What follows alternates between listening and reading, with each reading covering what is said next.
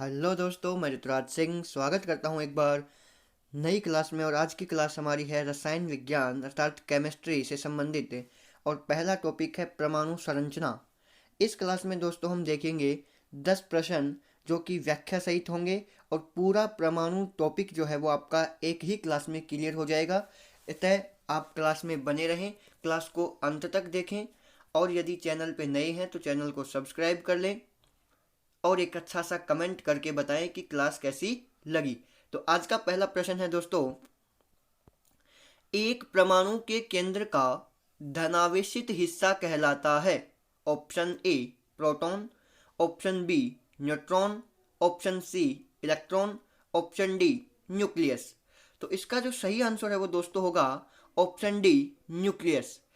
व्याख्या में अगर अपन देखें तो देखिए, परमाणु एक परमाणु के केंद्र का धनावेशित हिस्सा नाभिक या न्यूक्लियस कहलाता है।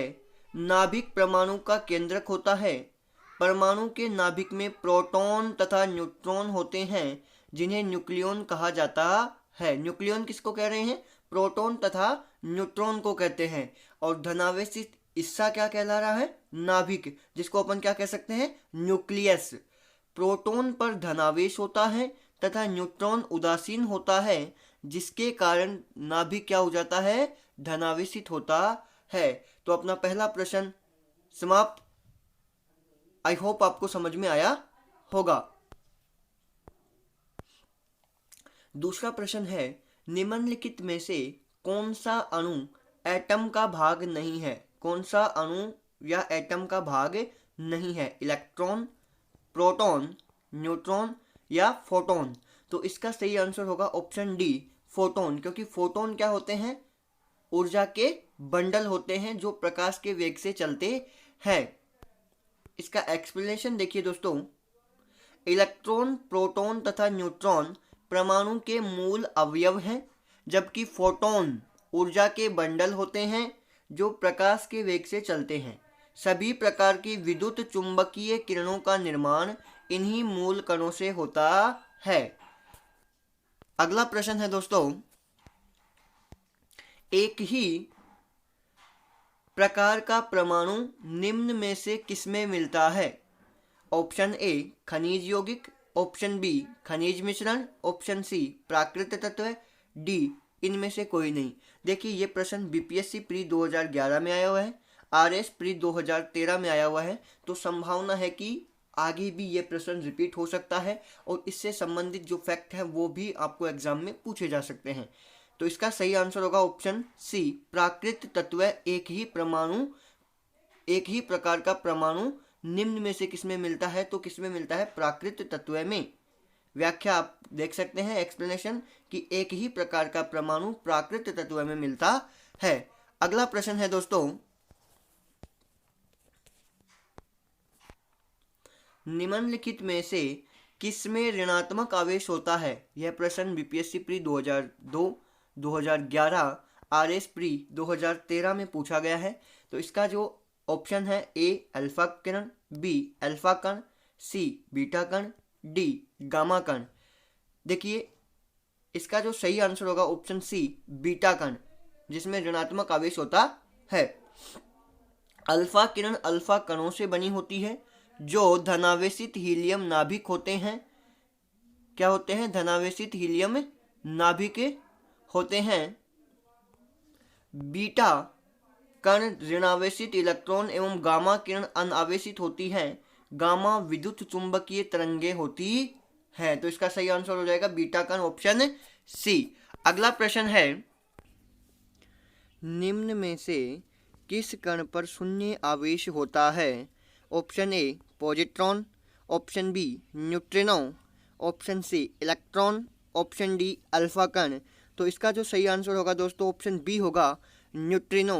और यह प्रश्न यूपी पीसीएस प्री 2021 में आया हुआ है। तो संभावना होती है कि ये वापस रिपीट हो या फिर इसके ऑप्शन से एक अलग प्रश्न क्रिएट हो सकता है। तो आपको अच्छे से इसको भी नोट करना है। इसकी व्याख्या अगर अपन देखते हैं तो देखिए, न्यूट्रिनो एक उप परमाणु कण है जो एक इलेक्ट्रॉन के समान होता है। लेकिन इसमें कोई विद्युत आवेश नहीं होता और ये बहुत कम द्रव्यमान का होता है। न्यूट्रिनो ब्रह्मांड में सबसे प्रचुर मात्रा में पाए जाने वाले कणों में से एक है। तो न्यूट्रिनो एक क्या है, उप परमाणु कण है, जिसके ऊपर क्या पाया जाता है, कोई आवेश नहीं होता है और इसका द्रव्यमान क्या होता है, कम होता है, इसलिए शून्य आवेश का कोई कण है तो कौन सा आ गया, न्यूट्रिनो। अगला प्रश्न है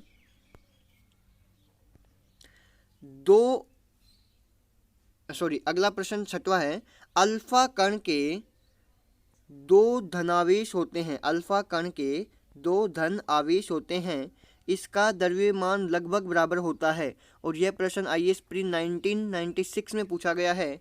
ऑप्शन ए 2 प्रोटॉनों के, ऑप्शन बी हीलियम के 1 परमाणु के नाभिक के, ऑप्शन सी 2 पॉजिट्रॉनों और 2 न्यूट्रॉनों के द्रव्यमान के योग के, और डी इनमें से कोई नहीं।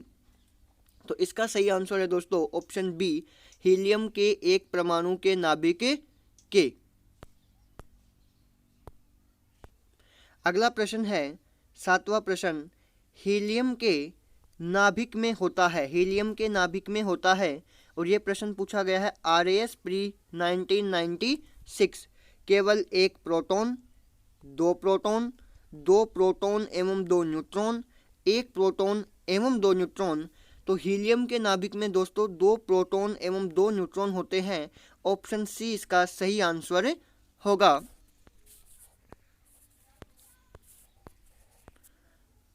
अगला प्रश्न है प्रश्न संख्या 8 कि परमाणु के कक्षों को भरने का क्रम नियंत्रित होता है। परमाणु के कक्षों को भरने का जो क्रम है वो नियंत्रित होता है। और यह प्रश्न दोस्तों IAS प्री 2021 में पूछा गया प्रश्न है। ऑप्शन ए आफबाउ सिद्धांत द्वारा, ऑप्शन बी हाइजेनबर्ग के अनिश्चितता सिद्धांत द्वारा, सी हुंड के नियम द्वारा, डी पाउली के अपवर्जन सिद्धांत द्वारा। तो इसका जो सही आंसर है दोस्तों वो है ऑप्शन ए आफबाउ सिद्धांत द्वारा।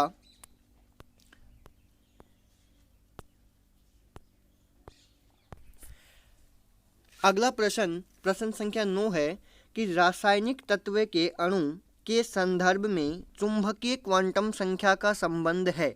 रासायनिक तत्व के अणु के संदर्भ में चुंबकीय क्वांटम संख्या का संबंध है। और यह प्रश्न IAS प्री 2003 में पूछा गया है दोस्तों। तो ऑप्शन ए है अभिविन्यास से, ऑप्शन बी है आकृति से, ऑप्शन सी आमाप से, ऑप्शन डी चक्रण से।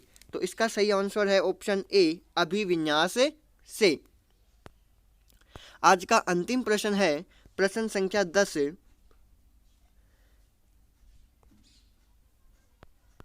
प्रश्न संख्या 10 है कि परमाणु जिनमें प्रोटॉनों की संख्या समान, प्रश्न को ध्यान से पढ़ना, इंपॉर्टेंट प्रश्न है कि परमाणु जिनमें प्रोटॉन की संख्या क्या हो, समान, लेकिन या परंतु न्यूट्रॉनों की संख्या क्या हो, भिन्न भिन्न हो, अलग अलग हो, क्या कहलाते हैं।